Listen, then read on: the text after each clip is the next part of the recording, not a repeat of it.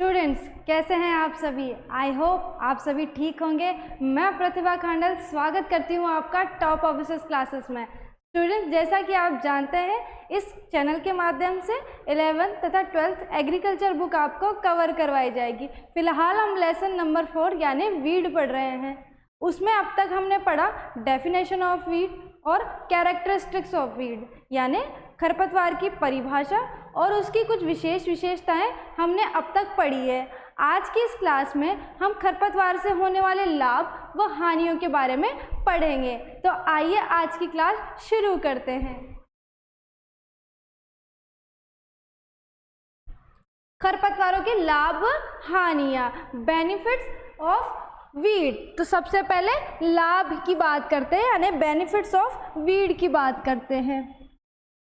देखिए, मृदा संरक्षण में सहायक यानी जो आपका खरपतवार होता है वो क्या करता है, मृदा संरक्षण में सहायक होता है यानी कि अपरदन को रोकता है और मृदा को क्या रखता है, सुरक्षित रखता है। यानी खरपतवारों की जड़ें क्या होती है, गहरी होती है, अतः मृदा के कणों को क्या रखती है, बांधे रखती है, जिससे मृदा का क्या नहीं होता है, क्षरण नहीं होता यानी अपरदन रोकती है। ठीक है, क्यों, कैसे रोकती है, क्योंकि उसकी जड़ें क्या होती है, गहरी होती है। मैंने पिछली क्लास में भी ये बताया था कि जो खरपतवार होते हैं उनकी जड़ें क्या होती है, अत्यधिक गहरी होती है और वो अगर गहरी जड़ें हैं तो वो क्या करेगी, कणों को आपस में बांध के रखेगी, जिससे क्या नहीं होगा, मृदा क्षरण नहीं होगा। तो पहला लाभ क्या हो गया आपका, मृदा संरक्षण में सहायक। अगला देखिए, औषधीय महत्व यानी आयुर्वेद में भी इसका क्या है, महत्व है। चिकित्सा जो होती है उसमें भी क्या है, इसका महत्व है। कैसे, देखिए, आयुर्वेद में खरपतवारों के अनेक पौधों के चिकित्सीय प्रयोग का उल्लेख मिलता है। यानी कि बहुत सारे ऐसे आयुर्वेद के अंदर दिए गए हैं कि भाई इससे ये फायदा होता है। एक दो एग्जाम्पल हम देखते हैं। देखिए, पहला है खरबथुआ। ठीक है, खरबथुआ होता है चिनोपोडियम म्यूरेल। ठीक है, एक तो होता है बथुआ, एक होता है खरबथुआ। बथुआ तो क्या था, चिनोपोडियम एल्बम, जो मैंने पिछली क्लास में आपको बताया था। ये क्या है, ये है खरबथुआ, चिनोपोडियम म्यूरेल। इसके तेल का उपयोग अनेक औषधियों में किया जाता है। यानी इसका जो है क्या फ़ायदा होता है, इसका जो तेल है वो बहुत से इलाज के अंदर काम आता है। देखिए, अगला है पीली सेंजी। ठीक है, मेलिलोटस इंडिका। इसका प्रयोग हड्डियों से संबंधित रोगों को दूर करने में किया जाता है। यानी पीली सेंजी किस काम आता है, हड्डियों से संबंधित रोगों को दूर करने में इसका उपयोग होता है। अगला देखिए, मृदा में सुधार। देखिए स्टूडेंट्स, मृदा में सुधार कैसे होगा, द्विबीजपत्रीय खरपतवार नाइट्रोजन का क्या करते हैं, स्थिरीकरण करते हैं। ठीक है, जो द्विबीजपत्रीय, अब देखिए ये जो क्या है, क्लासिफिकेशन ऑफ वीड अलग चीज है, जहाँ पे हम वो अगली क्लास के अंदर पढ़ेंगे, एक बीजपत्रीय, द्विबीजपत्रीय। ठीक है, तो फिलहाल हम क्या देखते हैं, द्विबीजपत्रीय जो खरपतवार होते हैं वो क्या करते हैं, नाइट्रोजन का स्थिरीकरण करते हैं। इसके उदाहरण क्या है, हिरनखुरी, मकोय, बथुआ, ये सब क्या करते हैं, ये मृदा में सुधार के काम आते हैं, ये द्विबीजपत्री होते हैं। ठीक है, अगला है कीट रोग में नियंत्रण। क्या है, कीट रोग में नियंत्रण। देखिए स्टूडेंट, कई खरपतवारों का प्रयोग किसी काम होता है, कीटों के नियंत्रण में काम में लिया जाता है। कैसे, जैसे हुलहुल, इसमें क्या होती है, तीव्र गंध आती है। एक हुलहुल प्रकार का खरपतवार है, इसमें क्या होती है, बहुत अत्यधिक तीव्र गंध आती है, जो क्या होता है, कीटों को नियंत्रित करने में काम आता है। तो यानी कि कीट रोग नियंत्रण में भी क्या है, खरपतवार फायदा करता है, उसमें भी ये काम आता है। अगला है सजावट के रूप में। ठीक है, सजावट के रूप में भी क्या आता है, काम आता है खरपतवार। यानी कि जो आप डेकोरेशन वगैरह करते हो उसमें ये काम आएगा। कैसे, कई खरपतवारों का प्रयोग एवेन्यू, अब ये एवेन्यू क्या होता है भाई, चौड़ी सड़क जिसके दोनों ओर पेड़ या ऊंची इमारतें, उसको क्या बोलेंगे, एवेन्यू बोलेंगे। वह बगीचों में किया जाता है सजावट के लिए। यानी बहुत सारे ऐसे खरपतवार हैं जिसका प्रयोग कहाँ कहाँ किया जाता है, एवेन्यू में, या बड़े जो बाग बगीचे होते हैं वहाँ पे इसका प्रयोग सजावट के तौर पे किया जाता है। ठीक है स्टूडेंट, जैसे लैंटाना कैमरा, गाजर घास, ये एक दो उदाहरण है इसके। आगे देखते हैं,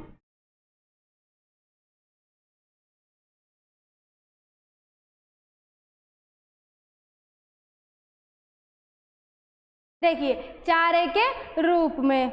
अब बहुत सारे ऐसे खरपतवार हैं जो चारे के रूप में भी काम आ सकते हैं, यानी कि जानवरों को खिलाने के भी वो काम में आ सकते हैं। वो कौन कौन से हैं? जैसे दूब घास हो गई, आपकी सभी जानते हैं दूब घास के क्या होती है, बथुआ हो गया, व सोंजी आदि खरपतवार क्या है, पौष्टिक चारे के रूप में काम में लिए जाते हैं, यानी कि जानवरों को खिलाने में इनसे क्या है, ये पौष्टिक होते हैं, इनको खिलाने में काम आते हैं जानवरों को ये। ठीक है, आर्थिक महत्व, अगला क्या है आपका आर्थिक महत्व, यानी कि अनेक खरपतवारों का विभिन्न क्षेत्रों में आर्थिक महत्व होता है, यानी कि बहुत सारे ऐसे खरपतवार भी होते हैं जिनसे हम क्या कर सकते हैं, पैसा कमा सकते हैं। कैसे? देखिए, कांस खरपतवार की पत्तियों का प्रयोग छप्पर बनाने में, यानी कि एक कांस खरपतवार होता है जिसका प्रयोग क्या कर सकते हैं हम, जो छप्पर होता है यानी मकान की जो छत होती है, छप्पर बनाने में काम में ले सकते हैं। तथा तने का प्रयोग क्या होता है, फर्नीचर व मुड्डी बनाने में काम आता है, जो बैठने के लिए बांस के जैसी कुर्सी होती है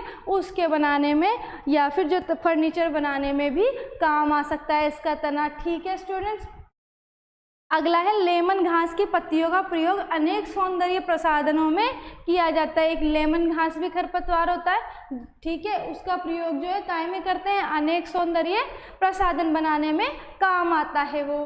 ठीक है, अब कुछ अन्य उपयोग भी हैं, जैसे बथुआ, जंगली चौलाई तथा लेसुआ खरपतवारों का प्रयोग पौष्टिक साग सब्जी के रूप में किया जाता है। मैंने पिछली क्लास में भी बताया था कि एक बथुआ खरपतवार है जो हम क्या काम में लेते हैं, साग सब्जी के काम में लेते हैं। उसके अलावा जंगली चौलाई है, ये भी हम काम में लेते हैं खाने में। लेसुआ है, इसका क्या है, अचार भी बनता है और ये खाने के काम आता है। तो बहुत सारे ऐसे खरपतवार भी होते हैं जिनको हम साग सब्जी या खाने के काम में लेते हैं। ठीक है स्टूडेंट्स, तो ये कुछ जो है खरपतवारों के क्या थे, लाभ थे। अब बात करते हैं इनकी हानियों के बारे में, खरपतवार से होने वाली कौन कौन सी हानियां हैं उसके बारे में देखते हैं।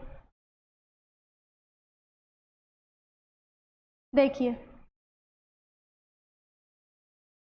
खरपतवारों द्वारा मुख्य फसल के साथ संयोजन होने से प्रमुख पोषक तत्व जल व स्थान के लिए प्रतिस्पर्धा की जाती है, तक कुल उपज में क्या होता है, 30 से 40% तक हानि खरपतवारों द्वारा होती है। सबसे पहली चीज हम ये समझेंगे कि जो एक खरपतवार है ये क्या करते हैं, मुख्य फसल के साथ प्रतिस्पर्धा करते हैं, यानी उनके साथ एक तरीके का कंपटीशन करते हैं कि किसको ज़्यादा मिले, यानी कि किसको पोषक तत्व ज़्यादा मिले, किसको जल ज़्यादा मिले, किसको खाद पानी ज़्यादा मिले। तो इस तरीके का एक इनमें कंपटीशन होता रहता है और अधिकतर क्या होता है, खरपतवार जीत जाते हैं। क्यों? क्योंकि उनमें बहुत सारी ऐसी विशेषताएं होती है जो मुख्य फसल से ज़्यादा अच्छी होती है, तो वो क्या करते हैं, वो जीत जाते हैं। और उससे क्या होता है, हमारी जो मुख्य फसल है उसमें क्या हो जाता है, 30 से 40% तक हानि पहुँच जाती है। ठीक है स्टूडेंट, तो ये एक विशेष प्रकार की हानि है, या आप कह सकते हो कि सामान्य बात है कि कुल उपज में क्या कर देते हैं, 30 से 40% तक हानि कर देते हैं। ठीक है, अब कुछ और जो है हानियां देखते हैं। फसल उत्पादों की गुणवत्ता में कमी। ठीक है, जो आपके फसल उत्पाद होंगे उनकी गुणवत्ता में क्या आ जाएगी, कमी आ जाएगी। जैसे देखिए, खरपतवारों के बीज मुख्य फसलों के बीजों के साथ मिल जाते हैं, जिससे फसल उत्पादों की गुणवत्ता में क्या हो जाती है, कमी आ जाती है। देखिए क्या होता है कि ये जब ये एक ही खेत में उगते हैं, मुख्य फसल भी वही होगी और खरपतवार भी वही होगा, तो जब बहुत बार हम कटाई करते हैं तो साथ में खरपतवार भी कट जाते हैं। तो जब हम बीज वगैरह निकालते हैं, उनका दाना निकालते हैं, तो साथ में उनका दाना भी निकल जाता है। तो ये क्या करते हैं, जो मुख्य फसल के जो दाना है या बीज है उनके साथ ये जो खरपतवार है ये भी मिल जाते हैं। ठीक है स्टूडेंट, तो उससे क्या होगा, उससे ये होगा कि जो है उसकी जो गुणवत्ता है उसमें कमी आ जाएगी, यानी वो क्या हो जाएगा, अशुद्ध हो जाएगा। आपकी जो मुख्य फसल है वो क्या हो जाएगी, अशुद्ध हो जाएगी, इसलिए उनकी गुणवत्ता में क्या आ गई, कमी आ जाएगी। ठीक है, कई खरपतवारों के बीच जहरीले प्रभाव भी दर्शाते हैं और बहुत सारे खरपतवार ऐसे होते हैं जो इनके साथ मिल जाते हैं और बाद में क्या करते हैं, वो हानि पहुंचाते हैं, यानी बहुत हानिकारक प्रभाव डालते हैं। ठीक है, जैसे सत्यानाशी के बीज सरसों के बीजों के साथ मिलकर जहरीला प्रभाव दर्शाते हैं, जिससे मनुष्य में क्या हो जाती है, ड्रॉप्सी नामक बीमारी उत्पन्न हो जाती है। ये इंपॉर्टेंट है इसको डालना कि ड्रॉप्सी नामक बीमारी किस खरपतवार के कारण होती है, तो सत्यानाशी जो खरपतवार है उसके कारण क्या होती है, ड्रॉप्सी नामक बीमारी होती है मनुष्य के अंदर। ठीक है स्टूडेंट्स, देखिए सत्यानाशी के बीज क्या होते हैं, सरसों के जो बीज है, यानी ये अधिकतर किसके साथ उगता है, ये खरपतवार जो सरसों है आपकी फसल उसके साथ ये उगता है। और जब ये दाना निकलता है तो दोनों दाने आपस में मिल जाते हैं, और जब मनुष्य इसका सेवन करता है तो मनुष्य में क्या होता है, ड्रॉप्सी नामक बीमारी इस खरपतवार के कारण हो सकती है। ठीक है, तो पहला हो गया पॉइंट ये आपका। दूसरा है मनुष्य स्वास्थ्य के लिए घातक। वही बात हो गई जैसे सत्यानाशी से ड्रॉप्सी बीमारी होना, गाजर घास से एलर्जी अस्थमा होना, तो इस तरह से ये बीमारियां हो जाती है और ये घातक साबित होती है स्वास्थ्य के लिए। अगला है आपका कीट व रोगों को शरण देना। तो कई खरपतवार कीट व रोगों को शरण देते हैं जिसमें मुख्य फसल को प्रभावित होती है। यानी देखिए क्या होता है कि आपके जो कीट होते हैं, कीट पतंगे, वो क्या करते हैं, खरपतवार के अंदर जाके शरण ले लेते हैं और जिससे जो है आपकी मुख्य फसल को क्या होती है, हानि पहुंचती है। ठीक है, अगला पॉइंट है आपका मृदा नमी में कमी। देखिए मृदा नमी में कमी, खरपतवार मृदा में उपस्थित नमी में कमी लाते हैं। यानी कि देखिए ये आपके एक ही जगह उगेंगे, फसल भी वहाँ उगेगी मृदा के अंदर, खरपतवार भी मृदा के अंदर उगेंगे, तो ये क्या करते हैं, इनको ऐसा तो है नहीं कि पानी की आवश्यकता नहीं होती, पानी की आवश्यकता तो होगी, तो ये क्या कर लेते हैं, जल ग्रहण कर लेते हैं या नमी को अवशोषित कर लेते हैं, जिससे मृदा में क्या हो जाएगी, नमी की कमी हो जाएगी। ठीक है स्टूडेंट्स, अगला है सिंचाई में अवरोध। अब ये सिंचाई में अवरोध कैसे होता है, देखिए ये बहुत बार क्या होती है, जो आपकी नालियाँ बनाते हो आप खेत में सिंचाई के लिए, उनमें नहरों में इनमें क्या होती है, खरपतवार उग जाते हैं, जिससे क्या होता है, उनमें अवरोध आ जाता है। देखिए खरपतवार नहर व तालाबों की मुख्य नालियों में उगकर जल के बहाव को क्या कर देते हैं, कम कर देते हैं। ये जल के बहाव को कम कर देते हैं, साथ ही जल को भी अवशोषित कर लेते हैं। ठीक है, तो ये क्या करते हैं, सिंचाई में दिक्कत पैदा करते हैं, यानी कि अवरोध लेकर आते हैं। ठीक है, अगला है आपका भूमि के मूल्य में कमी। देखिए भूमि के मूल्य में कमी से मतलब है कि जब उसकी जो है उसकी डिमांड कम हो जाएगी उस भूमि की। जिन मृदाओं में खरपतवार उपस्थित होता है वहाँ की उत्पादकता में क्या हो जाती है, कमी आ जाती है, यानी कि प्रोडक्शन वहाँ का अच्छा नहीं होगा। ठीक है, तो मूल्य में क्या हो जाएगी, ऑटोमेटिकली कमी आ जाएगी। ठीक है, अगला है पशु स्वास्थ्य के लिए घातक। देखिए स्टूडेंट्स, ये सिर्फ मानव के लिए ही नहीं, ये पशुओं के लिए भी हानिकारक होते हैं। ऐसा नहीं कि सिर्फ मनुष्य को ही जो है ये प्रॉब्लम क्रिएट करवाते हैं या प्रॉब्लम देते हैं, कि जैसे मनुष्य में तो भाई अस्थमा हो रहा है, एलर्जी हो रही है या ड्रॉप्सी नामक बीमारी हो रही है, 3-4 तो हमने पढ़ी है अभी। ठीक है, तो ऐसा नहीं है कि सिर्फ मनुष्य में, ये पशुओं के लिए भी घातक है। अनेक खरपतवार पशु के स्वास्थ्य के लिए भी हानिकारक होते हैं।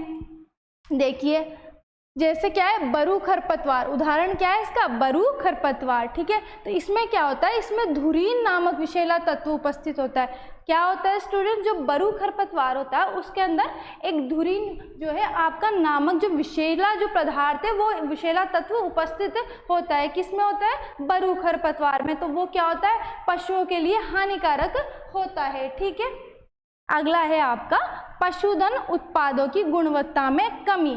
देखिए कई खरपतवारों के प्रयोग से पशुओं से प्राप्त उत्पादों की गुणवत्ता में कमी आ जाती है। जैसे जंगली प्याजी व जंगली लहसुन के प्रयोग से पशुओं के दूध में क्या आने लगती है, दुर्गंध आने लगती है। देखिए पशुधन के जो उत्पाद है उनकी गुणवत्ता में भी क्या हो जाती है, कमी आ जाती है। जैसे क्या होता है कि जब पशु क्या करते हैं, खरपतवारों का सेवन करते हैं, यानी उन्हें खाते हैं, तो उनको खाने के बाद क्या होता है, उनमें क्या होता है, उनमें जो है उनके दूध में जो है दुर्गंध आने लगती है। इसके उदाहरण कहते हैं कि जंगली प्याजी और जंगली जो लहसुन है, इसके सेवन से क्या है, पशुओं का जो दूध है उनमें क्या होने लगती है, दुर्गंध आने लगती है। इसके अलावा और भी बहुत सारे हानिकारक प्रभाव है, तो 1-2 ही उदाहरण बताएं आपको। खरपतवारों को नष्ट करने हेतु मशीनों, यंत्रों व पशुओं का प्रयोग किया जाता है, जिससे इनकी कार्य क्षमता में कमी आती है। ठीक है, तो ये मशीनों के लिए भी हानिकारक है। ठीक है, यंत्रों के लिए भी हानिकारक है, उनको भी क्या करते हैं, ये खराब कर देते हैं। अगला है आपका जीवन स्तर पर प्रभाव। देखिए जीवन स्तर पर प्रभाव कैसे होगा, खरपतवारों को नष्ट करने हेतु अनेक रसायनों, यंत्रों वह मशीनों का प्रयोग किया जाता है जिससे लघु किसानों की आर्थिक स्थिति पर प्रभाव पड़ता है। देखिए, अब अगर खेत में खरपतवार हो गए तो उनको नष्ट तो करना ही पड़ेगा, ठीक है। बड़ा किसान तो फिर भी कर लेगा, लेकिन जो लघु किसान है ना, जो छोटे किसान हैं, उनको क्या है, आर्थिक रूप से उनको परेशानी का सामना करना पड़ेगा, क्योंकि मशीनों और यंत्रों वगैरह को लगाना पड़ेगा, जिससे उनकी खराबी भी हो जाएगी, साथ ही पैसा भी अधिक लगेगा। तो ये जो है मनुष्य के जो जीवन स्तर है उसमें भी क्या लाएंगे, ये प्रभाव डालेंगे, उसमें भी क्या है, परेशानी लाएंगे। तो आज हमने क्या पढ़ा स्टूडेंट्स? आज हमने पढ़ा खरपतवार से होने वाले लाभ और खरपतवार से होने वाली हानियाँ। ठीक है स्टूडेंट्स, आप क्या करिए, नोट्स बना लिए, स्क्रीनशॉट ले लिया करिए, ठीक है, और पढ़ते हुए चलिए। अगला टॉपिक हम अगली क्लास में पढ़ेंगे, ठीक है स्टूडेंट। तब तक आप पढ़ते रहिए और अपना ध्यान रखिए। Thank you so much.